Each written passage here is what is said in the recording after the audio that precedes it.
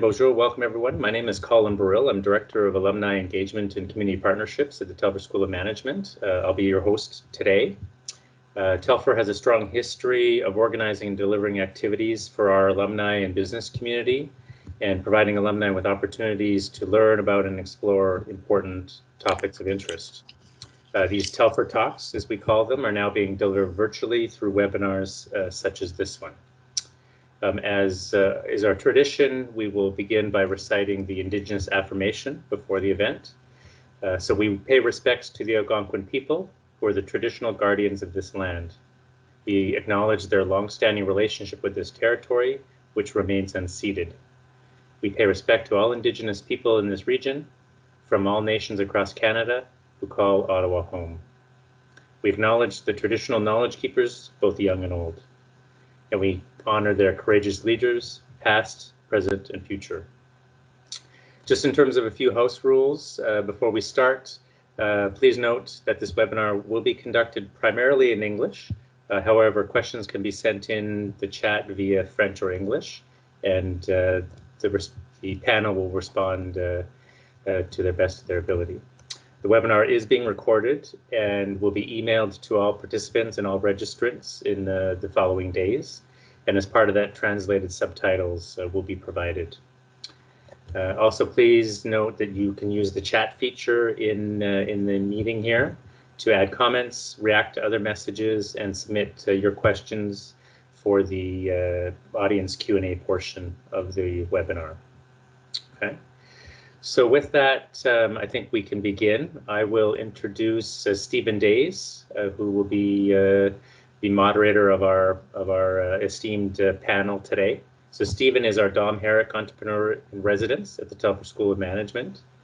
Stephen is a long-standing award-winning member of the entrepreneurship ecosystem in Canada. Stephen keeps his skills fresh by being a visiting professor teaching entrepreneurship in the undergraduate and MBA programs here at the University of Ottawa, and works with entrepreneurs in the launch of their new ventures. So I'll now pass it over to Stephen to introduce our all alumni speaker lineup for today. Stephen? That's great. Thank you, Colin, and welcome everyone. It's great to be here. Good to see lots of people on the line, and welcome back to many of our panelists. Well, welcome back to all of our panelists who have been at the Telfer School at some point. And many of you have been, frequent visitors to us over the years in terms of being guest speakers and that sort of thing. So I want to just introduce everybody very quickly, and then we're going to jump right into listening to them tell us a little bit about what their experiences have been related to what they're seeing in terms of changes in consumer behavior and how they're pivoting their organizations, or how we ought to. And so let me go through the list quickly here. First up is Annie Rouleau, founder and CEO of the Unscented Company. Annie was raised in Montreal and is in a successful entrepreneurial family who is guided by the belief that business's social values are no obstacles to its profitability and financial viability. And I know, Annie, I saw recently that you were recently awarded with B Corp certification. So hopefully you can tell us a little bit about that, and congratulations on that. Next up, Dipali Bhatt, Director of Marketing, Incognito Software Systems. Dipali's 15 plus years of career includes a series of increasingly senior leadership positions in global high tech and financial companies, namely TD Canada Trust, Disney, and Endhouse Networks. She was recently honored by Adobe as Fearless 50 Marketer of 2019-2020 across the world. So congratulations for that. And she currently runs marketing strategies for Incognito Software, a Constellation software company. Next up, Professor Michael Mulvey, who back in the olden days would sit a few doors down from me at the Telfer School of Management when we were actually able to meet face to face. Michael is an assistant professor of marketing at the University of Ottawa's Telfer School since 2003. He's a two-time finalist for the University of Ottawa Award for Excellence in Teaching and was nominated for TV Ontario's 2010 Best Lecturer competition. Dr. Mulvey's research focuses on how products, brands, and behaviors gain personal relevance to consumers. And I can only imagine, Michael, that you are crazy busy right now trying to figure out what's going on and gaining all sorts of case studies and content right now. So looking forward to hearing about that. Next, Mokhtar Yusuf, co-founder and CEO of Real Amigo. Mokhtar is the co-founder and CEO of Real Amigo, an enterprise that helps companies relocate their employees by leveraging technology and local expertise. Mokhtar is also a former founder of another company and is the recipient of a number of awards, competitions at the University of Ottawa. And last but not least, Carla Briones, founder of Carla Briones Consulting and Immigrant Entrepreneur Academy. Carla is a Mexican-Canadian serial entrepreneur with retail, food and beverage, franchise, online, and consulting businesses, which is why I think I see her in the media almost constantly these days, because she has lots to say about what's going on and is doing some amazing things. Her passion is to help aspiring entrepreneurs, particularly immigrants, build sustainable and scalable businesses through her Carla Briones consulting team and the digital community, Immigrant Entrepreneur Academy, launching in September 2020. All right, so to kick things off, I'm going to turn everything over to each one of these 5 individuals for 2 minutes each to tell us a little bit about what they're seeing in the world today as it relates to changes in consumer behavior. And we're going to start off with Annie. Over to you, Annie. Thank you, Stephen. Well, hello, everyone. As Stephen mentioned, I started this business in 2011 with the intention of building a home and body line product that was exclusively unscented, natural, and efficient, and mostly smartly designed to reduce our plastic footprint. And it's important for me to let you know what was my mission at the beginning, and Jen will go to the next slide right away. That's it. So right in 2011, I had the vision to inspire my customers that were used to buy any cleaning products and body products the same way for over 50 years. And I wanted to inspire them to adopt a more sustainable lifestyle and helping them change their habits and change the industry standards. So I really wanted to redefine the notion of clean. And my mission was really back then, let's say we're in 2011, to reduce our collective plastic footprint. And you know what? Be part of that movement of reducing the single-use plastic packaging. Obviously through values that were transparent and inclusivity, socially and environmentally friendly. Now, pandemic March 13th comes in and everything changes. But with my mission that I've been taking 9 years trying to convince people to change their habits, overnight it happened. For me in my industry, people wanted to adopt new consumption habits. And Jen will go to the other one. They wanted to buy bulk product because they didn't want to miss out. They wanted to have large amount of hand soap. They wanted to have fragrance-free product because they were using them much more and washing their hands 16 times a day. And they wanted to have more eco-friendly product, more natural product for the same reason. Also, we've seen a big movement in Canada and especially in Quebec, because that's where we're at, where the government started to promote buying local. Because the only way we're going to have a strong economy tomorrow, and it's by being resilient, by being strong, by being local and sustainable. And this starts by putting your money inside our ecosystem. And we've seen also a switch where people went to bulk and went to very solid bar, as I'm showing now with the shampoo and conditioner bars. Why? Because of volumes, of increased volume in sanitizer and hand soap, We had shortage in bottles, we had shortage in lotion pump, we had shortage in components. So we had to go back in the very old-fashioned soap bar. So you know what? All of that, for me, all of these changes are good because we're able to reduce our plastic footprint and use this situation, this massive setback for everyone, to bring about a new way of consumption. So that's my 2-minute pitch. Thank you, Annie. That's great. Appreciate it. And next up, we will move over to Dipali. Dipali? Hello, everyone. I just wanted to say quick hi by turning on my camera. I'm having issues with the network, so I'll switch it off. But a big hi to everybody.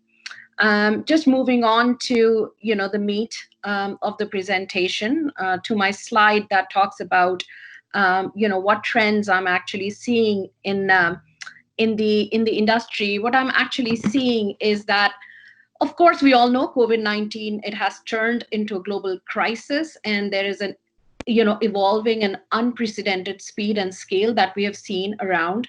My job is, of course, to scan the markets and bring the learnings and bring the successes to the organizations I work with.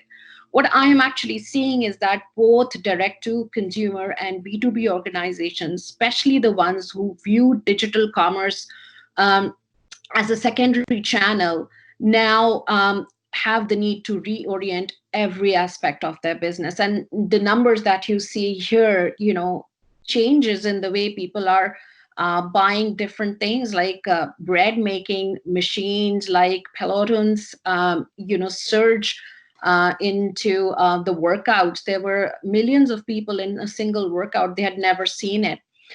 What I have really seen is that the new habits and behaviors are forming that in many cases are unlikely to go away after the crisis passes.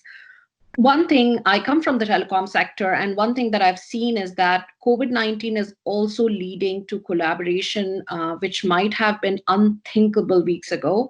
For example, there were operators across the US just for them so that they can increase the capacity by they basically, worked with other operators and their competitors, and they borrowed spectrum. So ongoing shift to remote work is driving the demand for networking, infrastructure, and connectivity.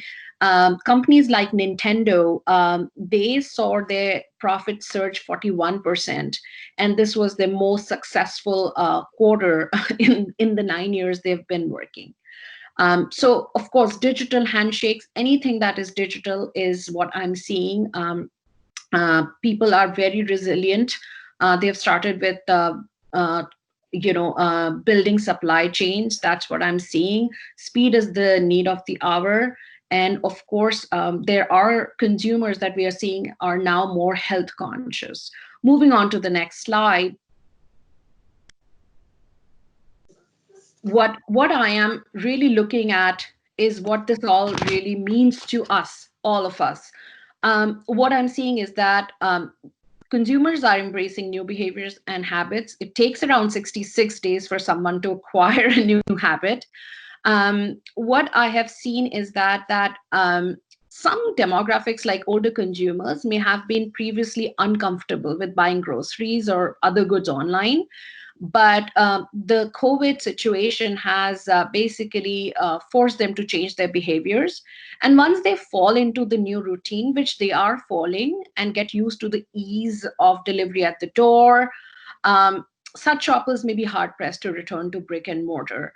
So while consumers have grown more protective of their privacy as well, like if you look at the personal data from a marketing perspective, it was becoming difficult for us to reach out to consumers and where they are located and send them marketing programs based on their location.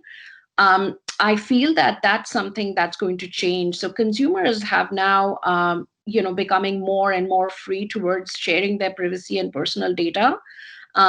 And that is actually going to change during the current crisis. And I see that changing as well. So they're willing to trade their freedoms for safety. And of course, anything virtual is going to stay. And definitely, the comfort with digital offerings, sharing of the personal data. There will be a lot of AI and automation and a lot of analytics that will go on to basically figure out the next best options that people could buy, how to basically deploy a workforce in a more productive way. All these things are something that will emerge, and they will, I feel they have a long way to go, but they will have legs. Moving on to the next slide. So there would be some recommendation going forward is that there will be serious changes in lifestyle and life circumstances, and brands that consumers use and their perceptions about those brands will matter a lot. And one thing that will also happen is that while people will be sticking to the brands they have long trusted to get them through and beyond the crisis, any established brands or any upcoming brands will have to reorchestrate the customer experience, which will become hugely important. And of course, changing your business models to bring in partnerships and be a bigger part of the ecosystem will be huge. That's it from my side. That's great. Thank you, Dipali. Much appreciated. And we'll come back to some of those points, I think, later on in the conversation. Next up, Professor Michael Mulvey. Michael, over to you. Hello, everybody out there. Let me start with one of my favorite academic heroes. According to Grant McCracken, a renowned cultural anthropologist and consumer researcher, marketing is really about meaning management. And he says that marketing strategy ought to be informed by a deeper understanding of culture than is usual. Oh, sorry, next slide. And so we need to understand culture. We need to do a better job of understanding the world within which our businesses operate. We can learn from the lessons of the past. History tells us that impactful events can exert a profound influence on consumers' lives. Flipping through the pages of my life history, I see several examples of events of consequence. For example, as a teenager, I acquired an Apple IIe, one of the first personal computers. I came of age during the era of HIV at a time when AIDS was viewed as a death sentence. As a uOttawa graduate, class of 91, I hit the jobless market of the Great Recession of 1990-91. And similarly, on 9/11, I was standing on the shores of the Hudson River and watched the Twin Towers fall. Many of you, like others of my generation, were likely shaped by such events. Next slide.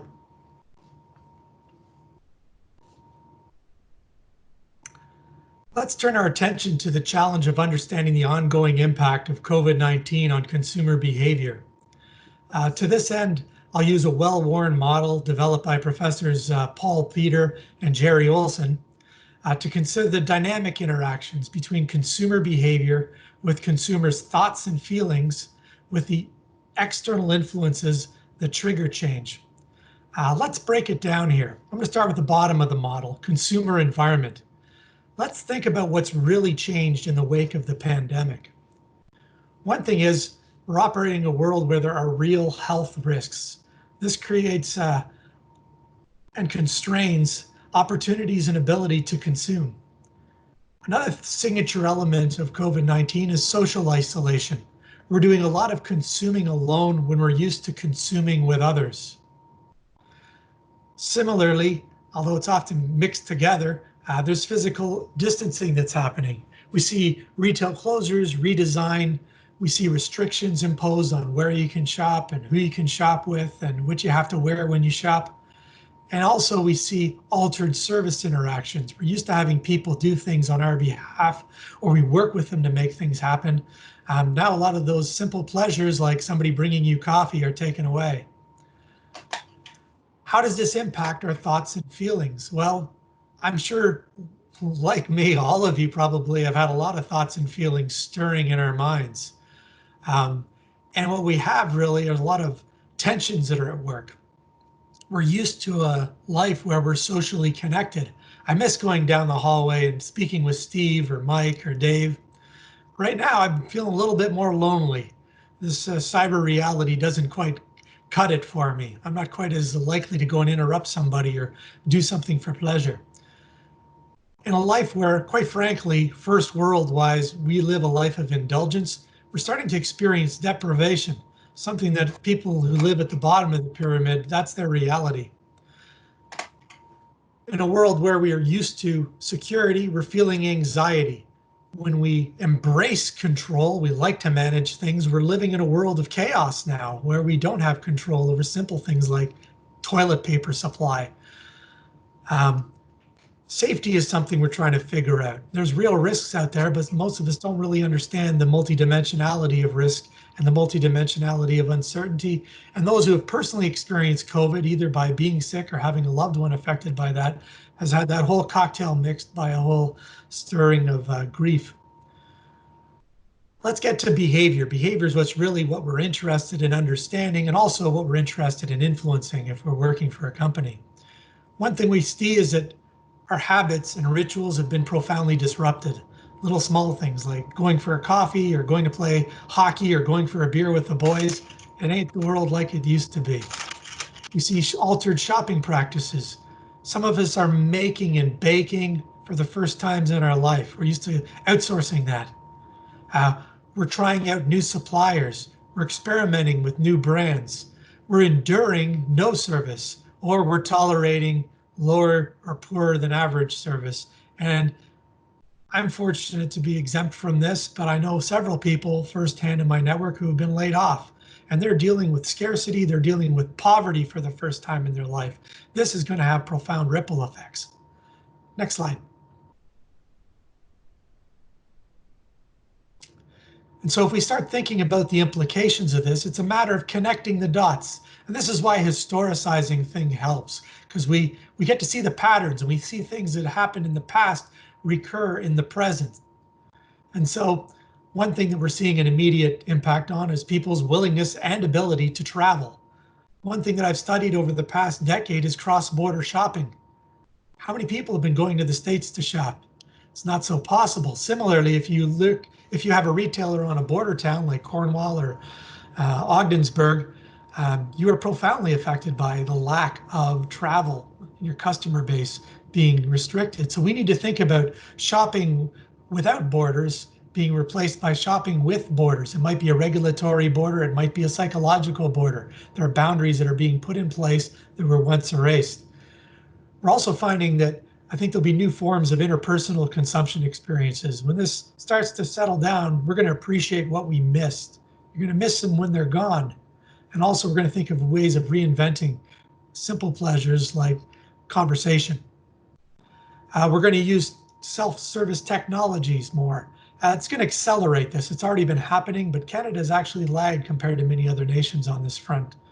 We're going to reconsider our supply chains. I think one of the most profound ones, and Annie alluded to this, is that we perhaps may move to shorter supply chains, direct acquisition of goods, shopping locally as opposed to waiting for the goods to be shipped from China. And so we're also looking at the ethical trail left by these produced goods, and also the broken promises and broken trust that go with that when the equipment fails. We should be doing it ourselves, perhaps. How are our thoughts and feelings being affected? Well, it's kind of the other side of the coin. How do we restore normal thoughts and feelings? We need to look at how people are going to value time, how they're going to value social relations. I think that's going to be something that has ripple effects going forward. Health is wealth. Clean is going to matter more to more people going forward. Where we used to ridicule and perhaps ostracize germaphobes, there's going to be more that are going to join that club, myself included. We're going to find intergenerational variability because not all of us have the same repertoire of experiences to draw upon. I could tell you a story way back when Generation X, but I'm interested in Generation Z and how, or Z, I guess, in Canada. How are they going to deal with this? This is their first major crisis of their life. It's going to have a profound impact on them. And so I know I'm probably over my time now, but let's think about a world where we've lived with the absence of things. Let's think about a world where we care more about the provenance of things. Let's think about hobbies in a new way. Let's think about maker skills. Let's think about collaboration. That's another idea that was looked at. Let's look at getting out of the normal grooves of our buying habits and switching brands and switching retailers, and also altering our expectations and roles in terms of service, having people do it for us. Well, maybe I can do it myself, or maybe I haven't been asking enough from my service provider. And I think also we got to look at the social responsibility angle. I think in Canada, we're going to see a greater separation of the rich and the poor. This is not only going to have an immediate impact on brands and the split there, but also I think the distribution of wealth is going to hold other social and political consequences, especially when we start dealing with the deficit that's being created. So with that, I'll pass on to the next person. I'm looking forward to what they have to say. Thank you, Michael. Much appreciated. And I miss you too, man. I miss you too. We're going to move over to Mokhtar now. Over to you. Cool. I don't have any slides, so if you can, just click the video and just kind of blow myself up on the screen. I want to leave you guys with a couple of things. I'm make it short and sweet. What I believe when it comes to finding product market fit, there's a bunch of small or large pivots, you know? So I think I'm probably going to give my advice based on not COVID specifically, but just in general, so you guys can use this in other contexts. So there's a bunch of large and small pivots. You figure that out by validation, speaking to your customer, understanding their biggest problems, right? And seeing how you can solve them, either using technology or other services that you're giving, right? The issue with that, I think a lot of people really kind of miss out, is that usually there's a lot of pivots that are they're very difficult to make. You know, let's say you're having one part a lot of success in one aspect, and you start to see an opportunity somewhere else. There's 3 problems I think that come with that. Like, how are you going to explain it to your team to be like, hey, listen, let's drop what we're doing and go after this opportunity because I think it could be great. You know what I mean? How are you going to explain it to your investors and your family? You know, because now you're taking risks. And I think that comes down to your vision. You know, the people that follow you, it's all about your vision. And also to at least mitigate that risk is testing, showing results, you know, and allocating small bits and parts of your team to go after that and see if it's fruitful. The one thing that what I've been doing when it comes to my company is usually you're creating feedback loops for your product and your services, but one part of the feedback loop that we have is just asking general questions on what's your main biggest pain points right now, you know, and they change throughout the time. And give you some examples, like right now, of course, during COVID, we're looking to, you know, we relocate employees, right? And it's very difficult for us to relocate employees during the pandemic, you know, so everything's kind of on pause. And as you may know, a lot of the FAANG companies, the big tech companies, which is our segment that we were focused on, have been going default first, Shopify, Facebook, you know. So the question becomes, the way and the traction that we've had, you know, and our value proposition, is the world going to change forever, you know? And I believe it will, you know, and the question becomes like, what could we deliver, you know what I mean, that lets us fit into that world, you know? And part of it is, it might be in our space, you know, it might be outside of our space. So what we did was go ahead and speak with every single client and leverage every relationship that we've had just to ask a couple of questions. You know, what are your biggest pain points right now? How do you see the world of you guys operating afterwards, just to get a better sense of how people are feeling, and what we could do to help, you know, and that's given us so much information right now to see how we're going to actually manage our pivot during COVID. But I think that's something that you have to do within your feedback loop. Make sure you're asking general questions of their biggest problems, so you can get as much data as possible. And you can move forward with your pivot. So I guess that's my time. I just wanted to give you guys some quick little advice when it comes to pivoting. I'll pass it on to Steven. Thank you, Mokhtar. And it warms my heart as somebody who teaches business modeling and customer validation to hear you say that. Carla, you're next up, and I'll turn it over to you. Thank you. I also don't have slides. So if you want to turn on the video, that would be great. So I'm a local entrepreneur. That's why I don't have slides, because I haven't had time to sit down. This is actually a luxury for me right now. I own, so basically the hardest hit industries, it's the businesses that I own. So I own 2 retail stores in the pet food industry, Global Pet Foods, and I own a restaurant. So ouch, triple ouch for me. Definitely COVID has changed absolutely 100% everything in all my businesses. But one thing that I realized, especially like as soon as COVID hit, when my sales literally went to zero overnight, particularly in the restaurant, is that now more than ever, doing good is good for business. So, and what I mean about that is, there is so much in the digital world right now, because everything is digital right now. There's so much advertisement, there's so much marketing, there's so much messaging that is very hard to kind of stand above everybody else when you're trying to compete for those eyeballs. So what has worked for me personally was trying to figure out some sort of corporate social responsibility that I believe in and get behind it 100%, and something that is going to help my local community. And actually what ended up helping my restaurant business stay afloat in the early ages of COVID was to come up with a feeding our healthcare workers initiative. And through it, we were able to stand above the competition and actually get people to purchase and sponsor healthcare workers.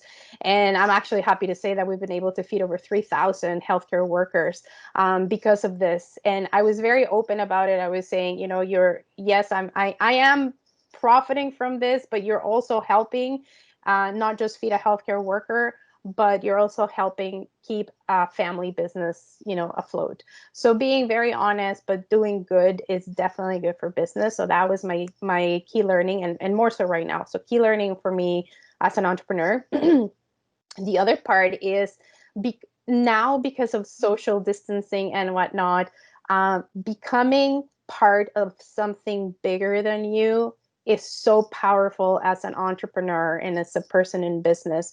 What I mean about that is there's a lot of competition amongst entrepreneurs in the different fields, you know, restaurateurs and retailers. But for the first time ever, I'm actually seeing us working together so that we can survive as a silo, so as an industry, which is amazing. You know, there are round tables happening for just restaurant owners. There are round tables only, like they're being divided by sectors so that we can share best practices and actually help our peers, which, you know, it wasn't the norm before COVID. We were all working very individualistic and very, you know, very on our own, basically, because we were so busy with everything else. But now, because we're forced to that physical distancing and being alone, we've discovered ways to kind of reach out and actually become part of something bigger, which has given our industry or our industries a lot of strength and a lot of resiliency in this difficult time. And then the third learning for myself is that it's okay not to be okay. As entrepreneurs, we normally put this, you know, this facade that, yeah, you know, we're pivoting. Pivot is, by the way, the word of 2020, but, you know, we're pivoting and we're strategic, like being strategic and doing financial projections and putting this bravado face that we've got it all together. And you know what? Sometimes it's okay not to have it together, because business is human. And that is something that I've learned this year, that it's okay not to be okay. It's okay to show your weakness. And it's not really weakness, your vulnerability, because that showing it and letting other fellow entrepreneurs see your vulnerability actually gives you strength and inspires others to be able to be the same. And then once you have your big ugly cry, you know, you just like wipe those tears and get your team together, have a powwow, and be better for tomorrow. So yeah, so those are my three things. Doing good is good for business, becoming part of something big, and business is human, and it's okay not to be okay. Very cool. Thank you, Carla. And that's a good note to, a good positive note to end the introductions on. And we're going to switch over to Q&A, and I'd encourage the audience to just type the Q&A in the chat, in French or English, and we will facilitate those questions.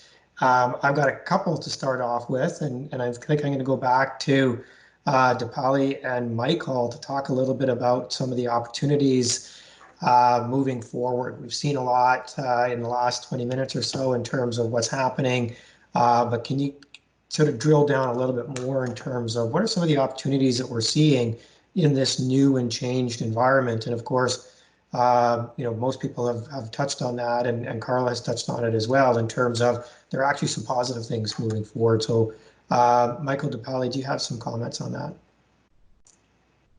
Sure, this is Dipali. Michael, if you don't mind.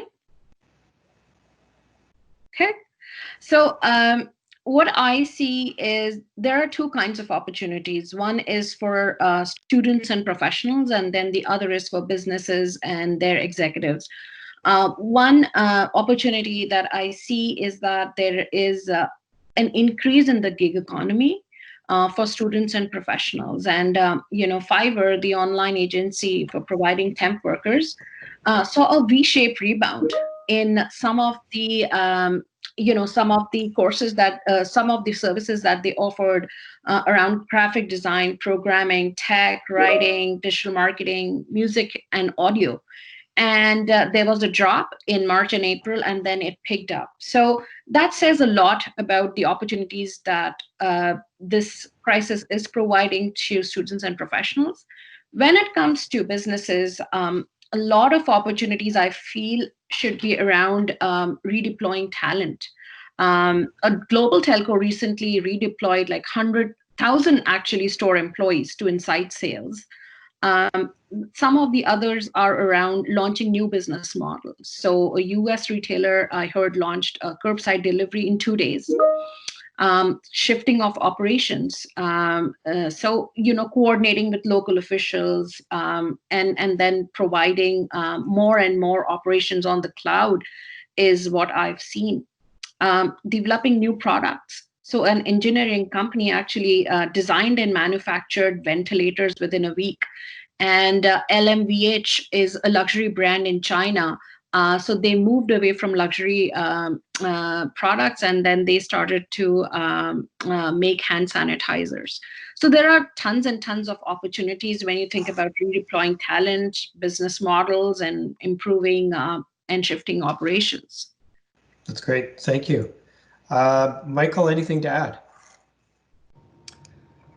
Yeah, a couple ideas. I think one of the things that I see is that in these situations, honestly quite uncomfortable, it provides an opportunity to guide themselves. And so from the comfort of my leather couch, I've witnessed the horrors of what went on in northern Italy and in Spain, and also at long-term care facilities here in Ontario. And so one thing that I think is going to hopefully come out of this is a humanization of business. I think we need to sort of re-enchant the world here. We become so focused on bottom line, top line metrics. We've kind of forgot that like business is about human beings. And the whole idea of the business is service. Who do we serve? And I think partly what we're seeing now is we've done a really, for lack of a better term, a crappy job of serving people that we should care a lot more about. And so I think particular folks who are older, they get marginalized and shoved off in homes, and we have healthcare workers that can't even have proper gear to take care of themselves. We see people with mental health issues, which really have been stigmatized, and now we're starting to realize that it's actually very human and part of our condition to not always be so stable. And so I'm hoping that there's an opportunity for the businesses that do good to continue to do good and hopefully bring more companies on board. Great, thank you. We've got a question in from Krishna related to privacy concerns, and obviously we're seeing that and the issues around Zoom, where Zoom became very popular, and then all of a sudden there are lots of privacy concerns around it, and we working at the university are looking at how to proctor exams and still respect privacy issues. Do you have any thoughts on this? And I'll open it up to you, but ask all the other panelists if they have any comments or questions on this as well, or comments or thoughts on this as well. Michael, you first. You've got the microphone. There we go. I'm unmuted. There's a pause. I'll take it on from an academic standpoint, because I guess that's the seat that I sit in. And so we're having, behind the scenes, we're having plenty of meetings, trust me, discussing these issues of privacy. But the thing is it's hard to reduce anything that's going down right now to a single issue. And so I got the background behind me, partly because I'm a proud alumni. It's also my employer, but one value that I care about a lot is academic integrity. And so what we have here are competing values. It's really hard to optimize everything. I think if you look right now, I lived in the US for decades and have many friends there. They're having a problem with competing values now in terms of freedom and rights. And so to what extent does your freedom sort of on my rights? And so it's a very important conversation to have, but in the end of the day, you got to figure out who you are as a brand, and you're going to have to prioritize, and it might be awkward. And I think I'll also take a step back. Sometimes maybe we've been so used to being cynical about how organizations work, big business, they're evil. Maybe it's time to like cut them some slack and let's assume they're going to do good here, because there may be more positive outcomes that'll come out of that assumption. Thank you. Anyone else on the panel want to take that one on?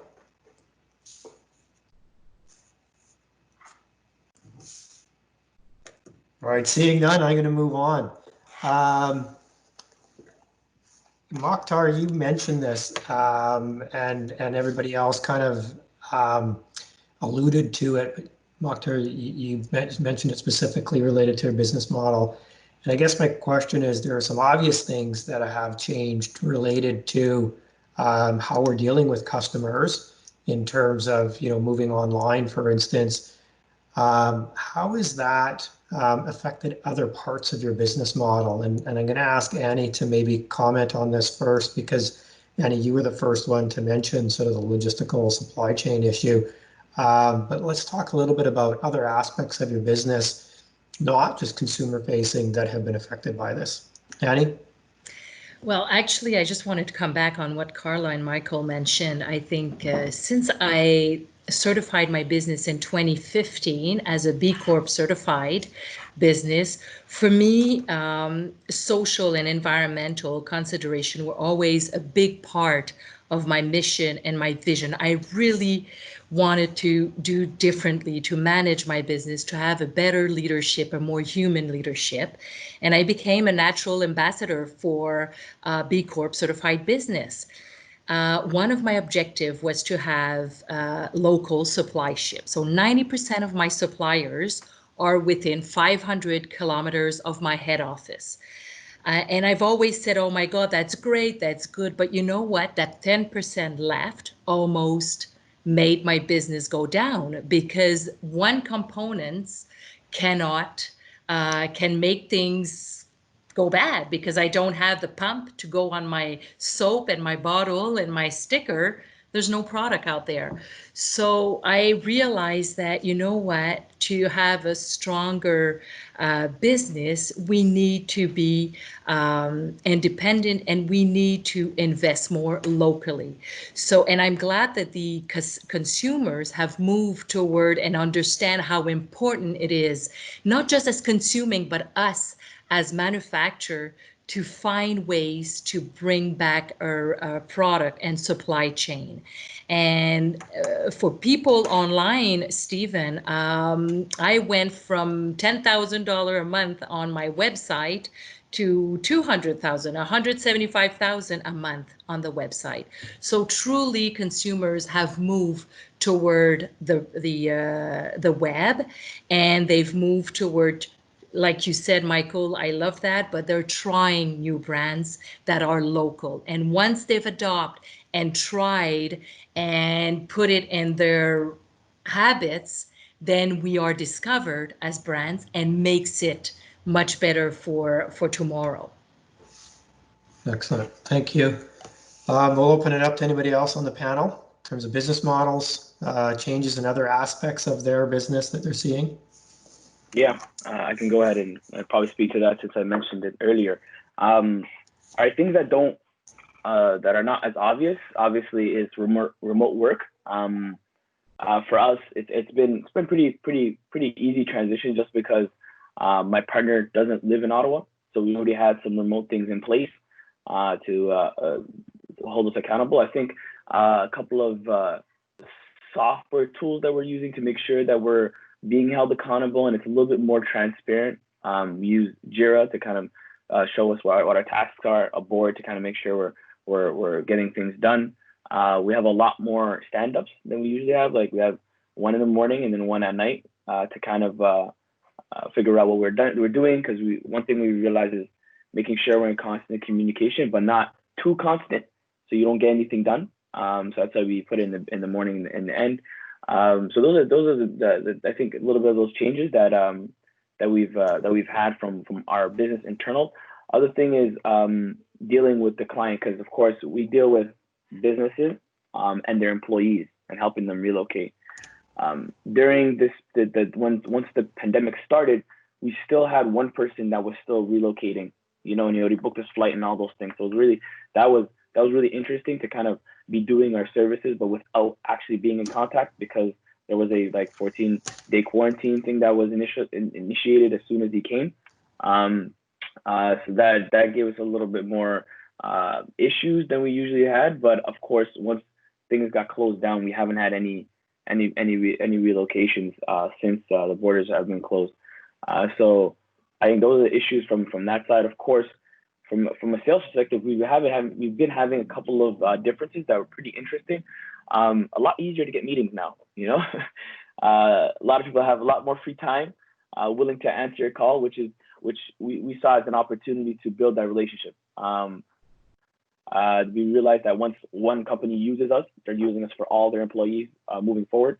So at least having those initial conversations and speaking to them and building that relationship, if things go back to normal, which I don't think they will, or maybe at least to some close to normal when relocations start to happen, we're on top of their mind, So that's kind of been a little bit easier. But in terms of our business model, it stayed the same. I think it's more about our services. Like specifically us, we've been affected, I think, significantly during COVID, and we don't know whether or not things are going to head back. People are drifting more towards remote work. What does that mean in the market? And I think there's billion-dollar companies that are relocation companies. And what are they doing during this time if they're having no relocation? Are they going to be drifting away from relocations and probably moving towards something else because they have to? Are they going to be firing a lot of people? Are they going to move away from the market, which then opens up the market for people like us that could survive during this moment? Those are the questions that we don't know. And the good thing is we've taken the opportunity to speak to adjacent clients, figure out what other services or other business we can actually make out of this that makes more sense than the one that we currently have. So. Interesting, thank you. And I think, from my perspective, it seems like technology companies that were at least partially working remotely and leveraging technology to begin with had an easier time in terms of transition, which takes me to Carla, who, as you said earlier, Carla, you're in two businesses that were hardest hit.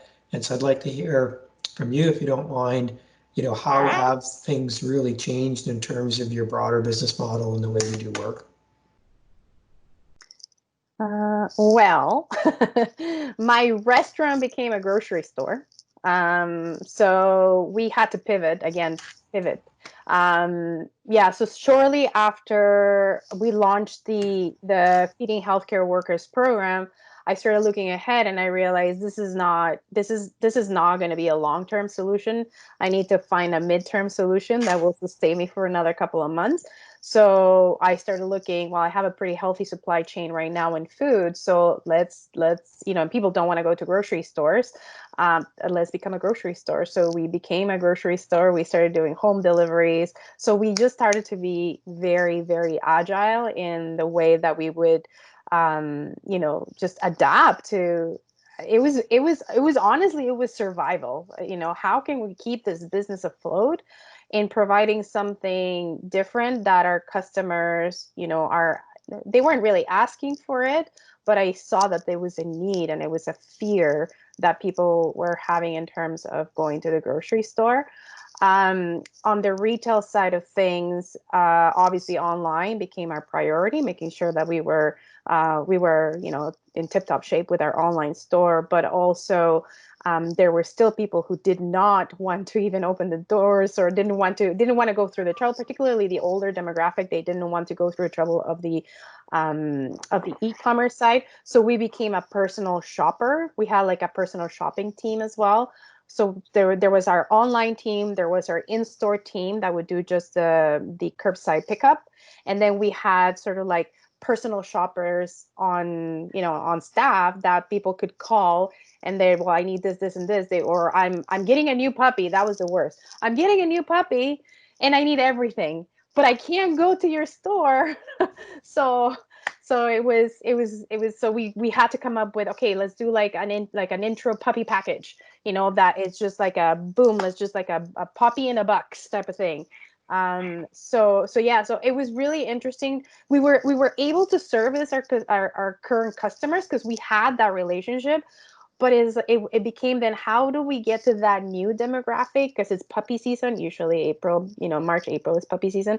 How do we attract that new demographic so that we continue to grow given the restrictions that are in place? So yeah, I mean, needless to say, I wasn't sleeping much, but it became just a way of being able to be agile, to pivot on the spot, and to have a really, really awesome team that was so in tune and so willing to adapt and so willing to screw up and make mistakes, but fix them and then continue.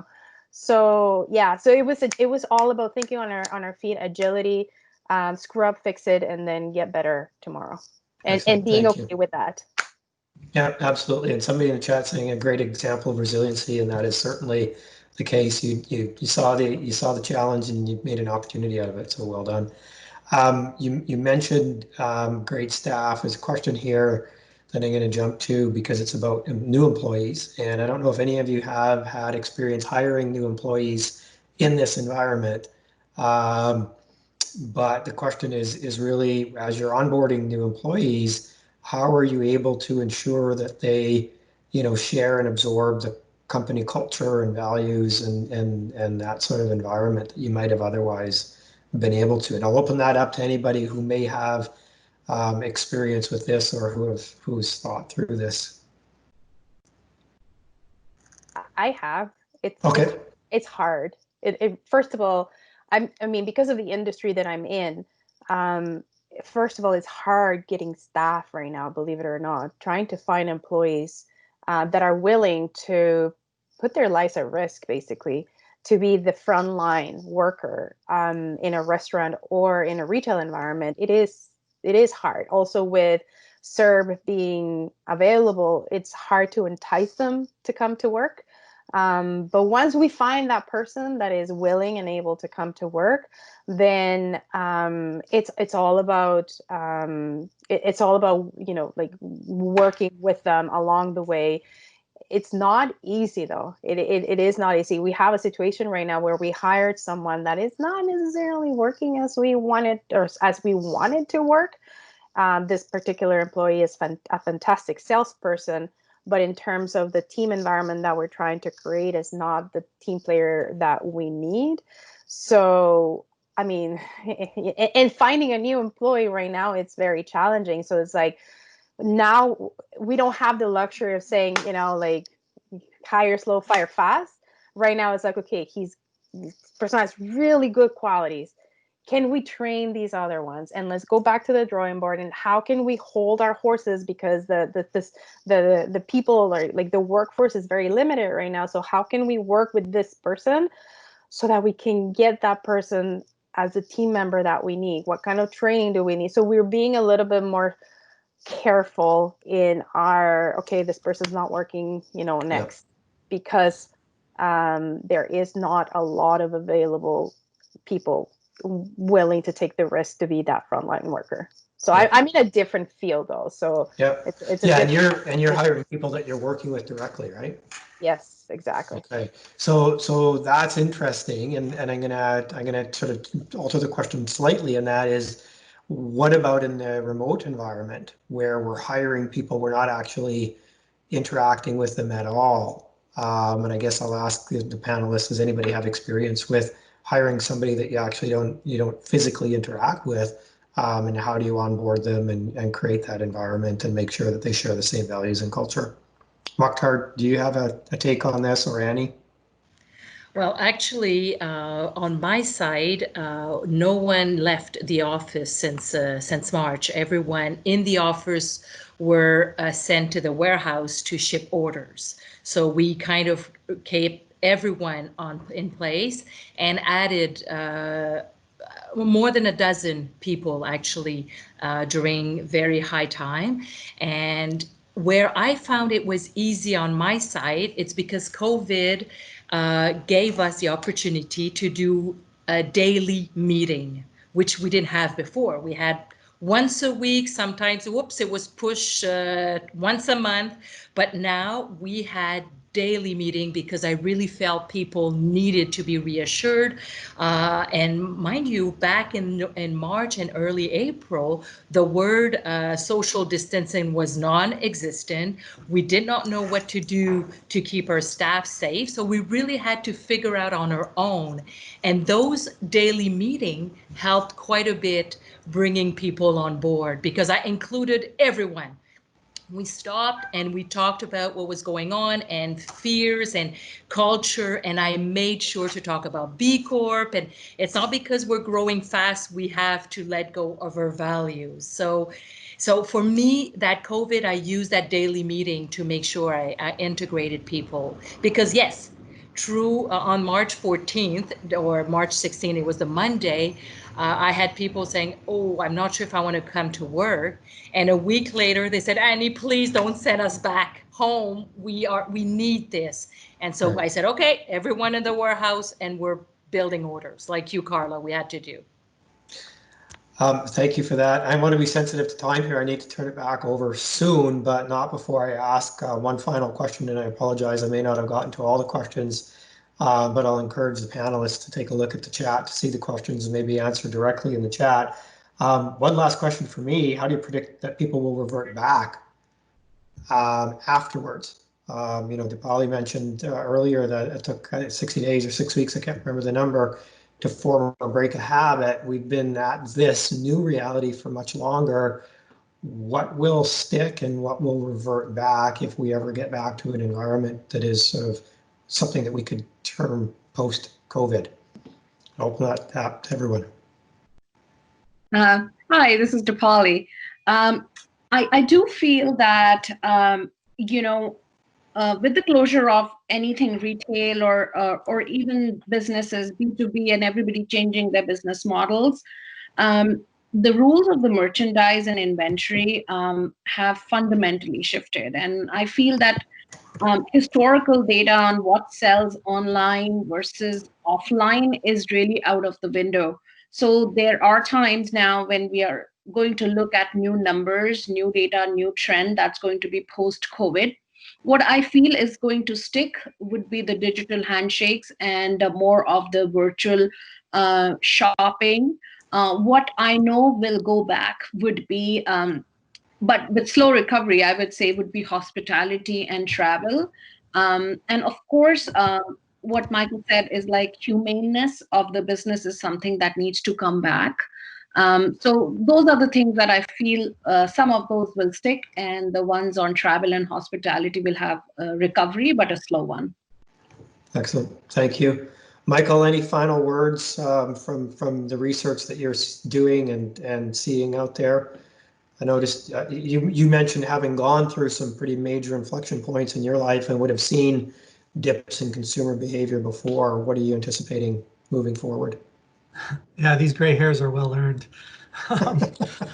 I think the split of the marketplace, honestly, I think that's something we're going to see. And so I still think that there's going to be a part of the marketplace which is all about optimization and streamlining and market efficiencies. And so they're going to gut the humans out of that model, and they're going to automate a lot of it, sort of the, in a way, the Amazonification of the world. But I'm also encouraged because I think we're sort of seeing the re-enchantment of retail. And so I think generally those that can afford the luxury are going to look at new forms of service delivery. And so some of the ideas that were mentioned earlier by Carla actually are very retro to me. And so my dad, for example, grew up in an age where the milk was delivered to the house every day. In my very early years, I remember grocery delivery in the neighborhood. And so in a way, this is a very retro sort of thing, but there was a reason why people had it before, and we might be seeing a reason for a lot of that to come back now. Excellent, thank you. With that said, I'm going to turn things back to Colin, and I thank everybody on the panel for your participation and an active discussion. It's been really appreciated, and back to you, Colin. Great, yeah, well, thank you. And first off, I do want to thank our all Telfer panel today. You know, Stephen, Annie, Mike, Carla, Mokhtar, Dipali. I mean, this was great insights, ideas, candid comments today. You know, I feel like we could go on for another hour and still barely scratch the surface. So perhaps we can look at a follow-up webinar in the fall. I also wanted to thank the audience for joining us over lunch hour on a warm July day.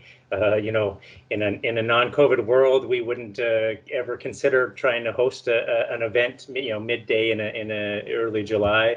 But you know, again, another example of how things are different and how there's new opportunities. So thanks. We had a great turnout, and we know hundreds of people also you know, download and watch these sessions afterwards. So that's great.